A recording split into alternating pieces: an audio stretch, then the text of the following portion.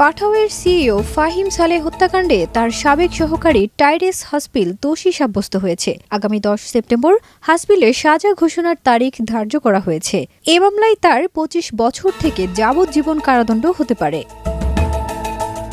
২০২০ সালের নিউ ইয়র্কের ম্যানহাটনের নিজ অ্যাপার্টমেন্টে খুন হন ফাহিম। তিনি বাংলাদেশি বংশোদ্ভূত ও মার্কিন নাগরিক ছিলেন।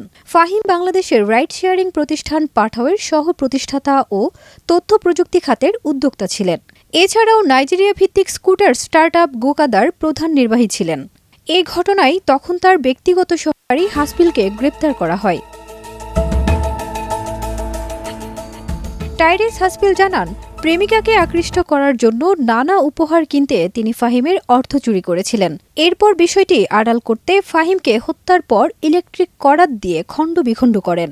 এই ঘটনায় হাসপিলকে ফার্স্ট ডিগ্রি হত্যার অভিযোগে দোষী সাব্যস্ত করে তার এই দাবি প্রত্যাখ্যান করেন ম্যানহাটন সুপ্রিম কোর্ট আদালত।